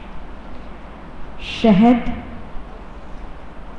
بہت مزیدار, بہت لذیذ, بہترین صحت بخش, یہ وہ واحد مٹھاس ہے جو سب سے زیادہ صحت بخش ہے. باقی ساری میٹھی چیزوں کے اندر یا سوکروز ہوتی ہے یا لیکٹوز ہوتی ہے جو ہارمفل ہے. شہد کے اندر فرکٹوز ہوتی ہے, اور یہ سب سے ہیلدی شوگر ہے. یہ سب سے ہیلدی شوگر ہے جو استعمال کی جا سکتی ہے, اور وہ صرف شہد کے اندر ہے. پھر شہد کے اندر شفا ہے. مختلف پھولوں سے بنائے جانے والے شہد مختلف ہیں, رنگ میں, ذائقے میں, ٹیسٹ اور اسمیل میں, تاثیر میں, اور شفا کے حوالے سے بھی. اس شہد کے اندر بہت سی بیماریوں کی شفا ہے, یہاں تک کہ معدے کی بیماریوں کی بہترین شفا ہے. ایک شخص کو معدے کی بیماری تھی, بدہضمی اور پیٹ کی خرابی کا شکار تھا, تو آپ صلی اللہ علیہ وسلم نے تاکید فرمائی کہ اس کو شہد گھول کر پلاؤ. انہوں نے کہا کہ یہ تو اس کو تو بدہضمی ہے, اس کا معدہ خراب ہے. تو آپ صلی اللہ علیہ وسلم نے اپنی وہی تاکید دہرائی. انہوں نے ایسا ہی عمل کیا. اگلے دن اس کی وہ تکلیف جو تھی وہ بڑھ گئی, کیونکہ ظاہر آپ کو پتہ ہے کہ شہد جو ہے وہ لیکزیٹو ہوتا ہے, وہ ذرا قبض کشا بھی ہوتا ہے, اور موشن ذرا بڑھ جاتے ہیں. تو اگلے دن وہی ایک ذرا سی شکایت آئی کہ ہم نے تو شہد پلایا تھا لیکن اس کی مرض جو ہے وہ افاقہ نہیں ہوا بلکہ بڑھ گئی ہے. آپ نے فرمایا اس کا پیٹ جھوٹ بولتا ہے, اس کا پیٹ جھوٹ بولتا ہے, اس کو وہی پھر پلاؤ. اس کو پھر پلایا گیا, اور دوسرے دن اس کا افاقہ, اس کو صحت یاب جو ہے وہ اس سے ہو گیا. آپ دیکھیں کہ ہماری نارمل دوائیاں بھی جب ہم کھاتے ہیں تو پہلے دن بس وہ دوائی میں لکھ کے دیتی ہوں تو لوگ اگلے دن آتے ہیں اور اس میں تو کچھ بھی فرق نہیں پڑا. بھائی اللہ کی بندی, بیمار ہوئی ہو, بیکٹیریا, جراثیم, وائرس اندر گیا, کوئی جادو کی چھڑی تو نہیں چل رہی کہ اگلے دن آنن فانن تم ٹھیک ہو جاؤ. اکثر لوگ وہ ایک دن شفا نہیں ہوتی نا, اصل میں جلد بازی بھی تو ناپسندیدہ ہے. کتنی زیادہ ڈیٹیلز ہے نا ہمارے دین میں. وہ جلد بازی سے ایک ڈاکٹر پہ, دوسرا ڈاکٹر پہ, تیسرا ڈاکٹر, 4 دنوں تک وہ 6 اینٹی بائیوٹکس کھا کے مریض پہنچتا ہے, اس کو اگلی لگائیں گے, کسی چیز کا اثر ہی نہیں. نقصان کس وجہ سے ہوا تھا؟ اور آج اللہ تو میں نے شیطان لے گیا صحت, اس کی برباد کر گیا, اس کا مال بھی کھا گیا, اس کی فیسیں بھی لے گیا, سب کچھ کھا گیا. ایک حدیث کی نافرمانی بہت ڈباتی, بہت غرق کرتی ہے.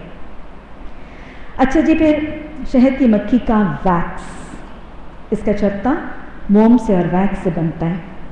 یہ ویکس بہت سی انڈسٹریز میں یوز ہوتی ہے, بہت سی دوائیوں میں استعمال ہوتی ہے, بہت سے کازمیٹکس میں استعمال. بیز ویکس بہترین بیوٹیفیکیشن کی پروڈکٹس میں جو نیچرل شہد کی مکھی کی ویکس ہوتی ہے, یہ ایکسپینسو ترین کاسمیٹولوجی میں یوز ہوتی ہے.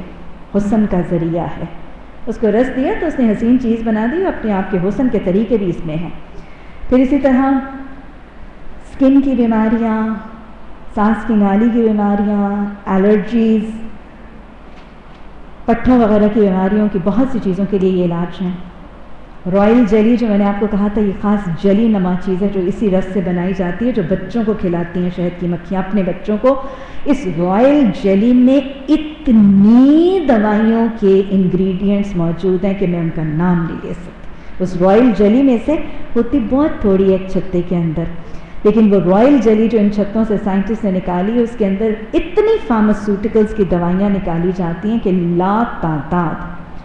یہاں تک کہ شہد کی مکھی جب وہ سٹنگ کرتی ہے, ڈنگ مارتی ہے, تو اس کے اندر جو چیز ہے, ہم تو اس کو ذرا پوائزن کہتے ہیں نا, لیکن شہد کی مکھی کا سٹنگ, آج ریموٹالوجی, یہ جو جوڑوں کی دردوں کی ریسرچ کرنے والوں نے بتایا کہ جوڑوں کی دردوں کے لیے بہترین علاج ہے. ان جوڑوں کے اوپر ان شہد کی مکھیوں کو کٹوایا جاتا ہے، اور اس کے ڈنگ، اس کے سٹنگ کے اندر ایسی چیز ہے جو آرتھرائٹسز اور جوائنٹ پینز کے لیے بہت زیادہ مفید ہے۔ یہ مکھی اپنے مرنے کے بعد بھی چیزیں چھوڑ جاتی ہے، شہد اور موم اس کے بعد بھی رہ جاتی ہے۔ اصول کیا کیا ہیں؟ ہمیں شہد کی مکھی کیا سکھا گئی؟ کیا اصول سکھا گئی؟ ہاں جی جلدی سے لکھ لیجئے، کوئی تقریباً 20-30 اصول ہیں جو شہد کی مکھی نے آپ کو اور مجھے آج سکھا دیے۔ وہ ساری زندگی جس طرح سے کام کرتی ہے۔ کتنے اصول ہیں؟ نمبر 1 لکھتے جائیے، جو گھر اللہ کی وحی کے احکامات کے اطاعت میں بنتا ہے وہ بہترین گھر ہوتا ہے، مضبوط گھر ہوتا ہے، مستحکم ہوتا ہے اور بہت ہی پائیدار ہوتا ہے۔ جس گھر کے افراد، جس بستی کے جس گھر کے افراد وحی الہی کی اطاعت کے مطابق کام کرتے ہیں، وحی الہی کے بتائے ہوئے فرائض کو سر انجام دیتے ہیں، وہ بستی، وہ گھر پرامن ہوتی ہے، پرسکون ہوتی ہے، امن کا اور محبت کا گہوارہ ہوتی ہے۔ اپنے لیے اصول ساتھ ساتھ وضع کرتے جائیے۔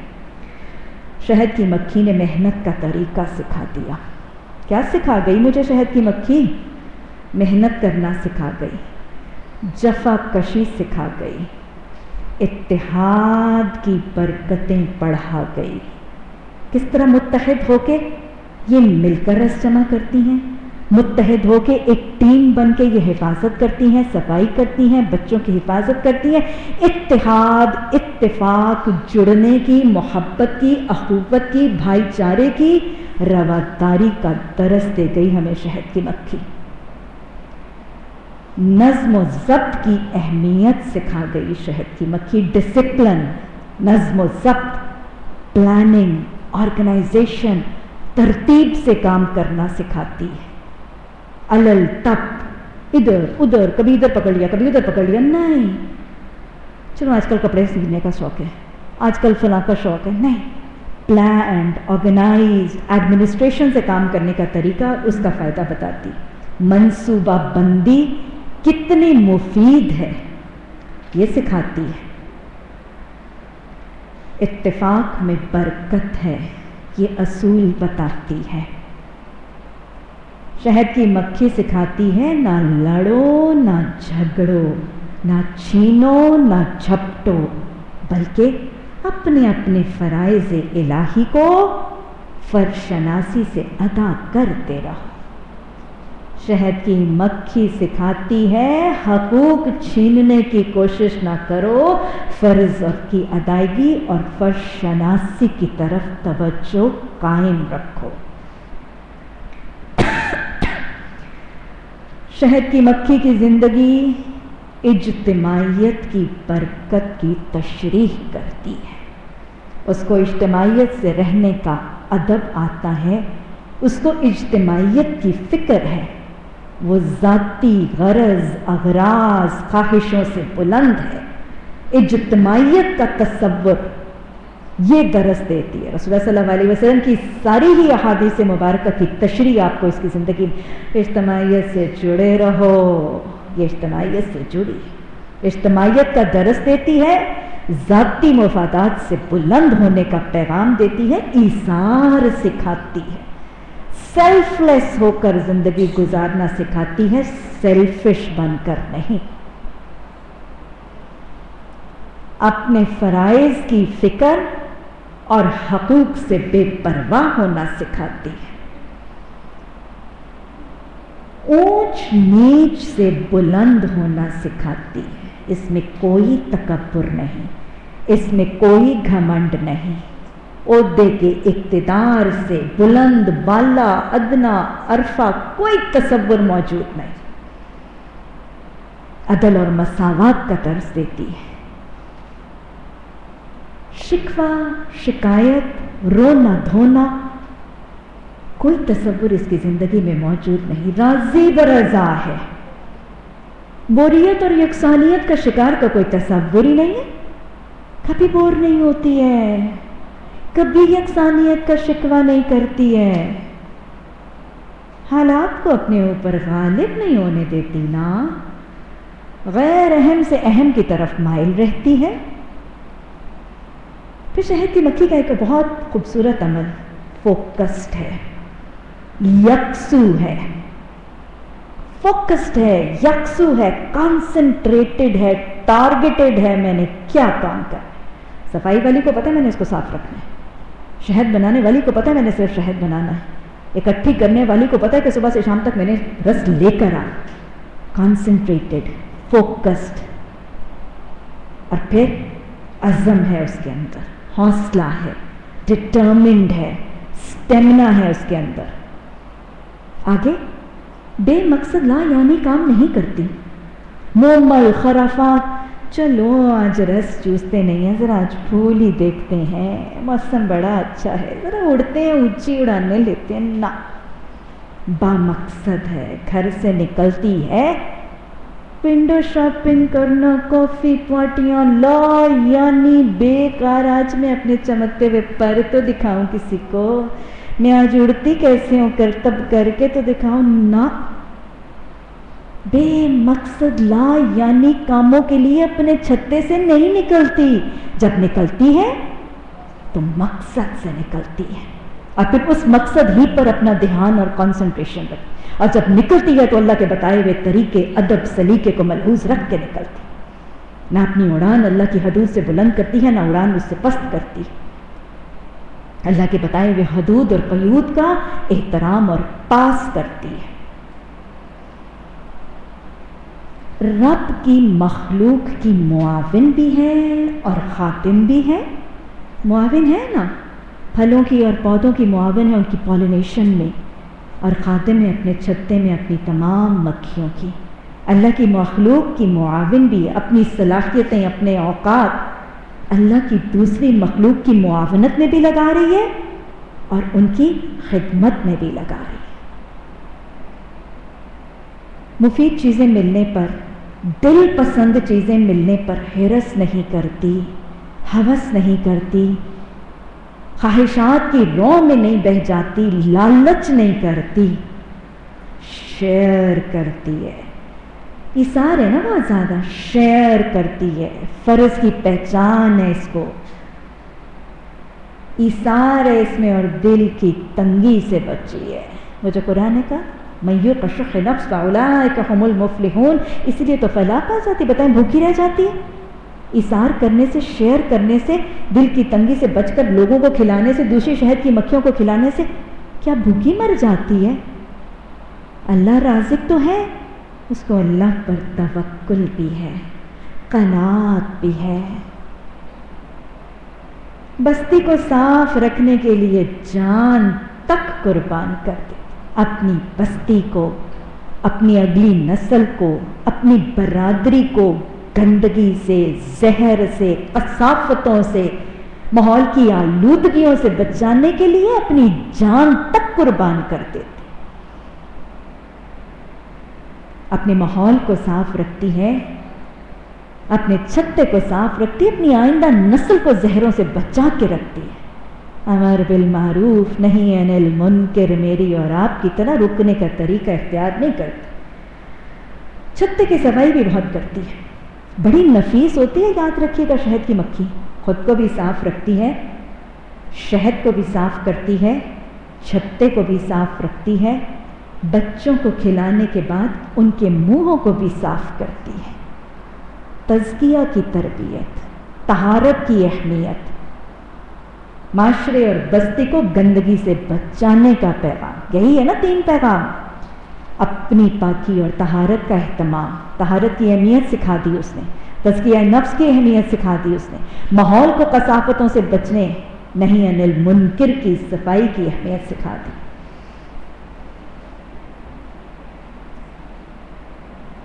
حفاظت کرتی ہے، اور شاید آپ کو یہ بھی پتا ہوگا کہ شہد کی مکھی جب ایک دفعہ ڈنگ مار دے نا، سٹنگ کرے، تو اس کے بعد وہ مر جاتی ہے، لیکن جب اس کے چھتے میں اس محافظ کو یہ محسوس ہوتا ہے کہ کوئی باہر سے آیا ہے، یا کوئی اس کو نقصان دے گا، یا اس کے چھتے کے لوگوں کو نقصان یا گزین پہنچائے گا، تو وہ اس سٹنگ کو بچا کے نہیں رکھتی، اپنی زندگی کو بچا کے نہیں رکھتی، شہادت کا پیغام سکھا رہی ہے۔ اپنی ریاست، اپنی برادری، اپنے علاقے، اپنی سرحدوں کی حفاظت کے لیے بچا بچا کے نہ رکھ اسے، جان کو نہیں بچا رہی ہے، گواہی دیتی ہے، شہید ہو جانے کا درس دیتی ہے۔ اسے پتہ ہے میں یہ سٹنگ ماروں گی تو میں مر جاؤں گی، میں بچوں گی نہیں۔ اپنی ریاست کی حفاظت کے لیے خذو حذرکم، اپنے اسلحے، اپنے ہتھیار تیز رکھتی ہے اور بر وقت استعمال بھی کرتی ہے۔ جگہ جگہ سے پھولوں کا رس چنتی ہے اور بڑی مفید چیز بناتی ہے۔ ہمیں بھی کیا کرنا ہے؟ قرآن، حدیث، مختلف کتابوں، مختلف محفلوں، مختلف تفسیروں سے علم القرآن، علم الحدیث، علم سنت جمع کرنا ہے اور پھر اس مفید چیزوں کو لوگوں کے لیے عام کر دینا ہے۔ جگہ جگہ رس چنتی ہے، جگہ جگہ پھولوں تک پہنچتی، نکلیں پھولیں، ڈائیورس ہو جائیں، قرآن حدیث۔ ہم تو بس اوقات لکیر کے فقیر ہو کر ٹیسٹ کی تیاری، بس نہیں، اپنے مطالعے کو وسیع کریں، مختلف کتابوں سے اصول، پیغام، قول، سنتیں، طریقے، صحابہ کے طریقوں سے بھی پھل چنیں، رس چنیں، سیرت رسول صلی اللہ علیہ وسلم سے، احادیث سے، ہر جگہ سے رس چنیں اور اس مکھی کی طرح مفید تعلیمات لوگوں تک پہنچا دیجیے۔ خود نمائی نہیں کرتی، انانیت کا شکار نہیں ہے، میں نے بڑا کام کیوں نہیں، مجھے جو دیا میں زیادہ دیا بڑا دیا، بس اوقات لوگوں کو چھوٹی کلاس دے دی جائے، دین کی دعوت کو مجھے ایسے کونے پہ لگا دیا انہوں نے، نہیں، کوئی کام چھوٹا بڑا پتہ نہیں اللہ کس کو، کتنے چھوٹے والے کو کتنا پسند کر لیتا ہے۔ جو آپ کے حصے آئے خوشی خوشی کر لیا کریں، لیکن کرتے وقت خلوص سے اور اخلاص سے کریں گے تو بڑے دیے جانے والے کام سے اللہ کو زیادہ پسند ہوگا۔ خود نمائی نہیں کرتی، اپنی انانیت کا شکار نہیں ہے۔ وہ جو اقبال نے کہا نا، بتانے رنگ و خوں کو توڑ کر ملت میں گم ہو جا، یہ تصور یہاں نظر ملت میں گم ہے۔ شہد کی مکھی کے چھتے کے اندر دیکھیں تو کوئی ایک بڑی نظر آتی ہے، سب بن بنا رہی ہیں، ایک جیسی ہیں برابر۔ انہوں نے بتانے رنگ و خوں کو توڑ دیا، ہم آج تک نہیں توڑ سکے۔ اپنے کام میں ڈسٹربنس برداشت نہیں کرتی۔ کبھی دیکھا ہے اس نے جو کام کرنا ہے نا، ہزار اس کو جھٹکیں پھر آ جائے گی، اس کو پرے کریں، پھر میں نے یہاں سے ہو کے جانا ہے تو مجھے روک نہیں سکتے۔ وہ اتنی ڈٹرمنڈ ہوتی ہے، اس نے جو کرنا ہے وہ کر کے چھوڑتی ہے، اور آپ اس کو زیادہ دفعہ روک کے تو دیکھیں، بڑی زہریلی ہے، بڑی زہریلی ہے نا، اپنے کام سے رکتی نہیں اور روکنے والوں کو اپنا زہر بھی پہنچا دیتی ہے۔ لیکن یہ زہر کہاں پہنچاتی ہے؟ اپنے کام کے، اپنے فرض کی ادائیگی میں رکاوٹ ڈالنے والے دشمنوں کو زہر پہنچاتی ہے۔ وہی جو قرآن نے سکھایا تھا، مومنوں کی صفت کیا ہے؟ اشداء علی الکفار، آپس میں کیسے ہیں؟ رحماء بینہم، چھتے والوں کی بڑی محبت کرتی ہے، بار والوں کو جا جا کے ڈنگ مارتی ہے، اور ان کو بھی نہیں جو اس کو نقصان نہیں دیتے۔ ولا تعتدوا، کن کے ساتھ لڑو؟ جو تمہارے ساتھ جنگ کرتے ہیں ان کے ساتھ لڑو۔ قتال کے طریقے بھی آتے ہیں، قتال کے ہتھیار بھی آتے ہیں۔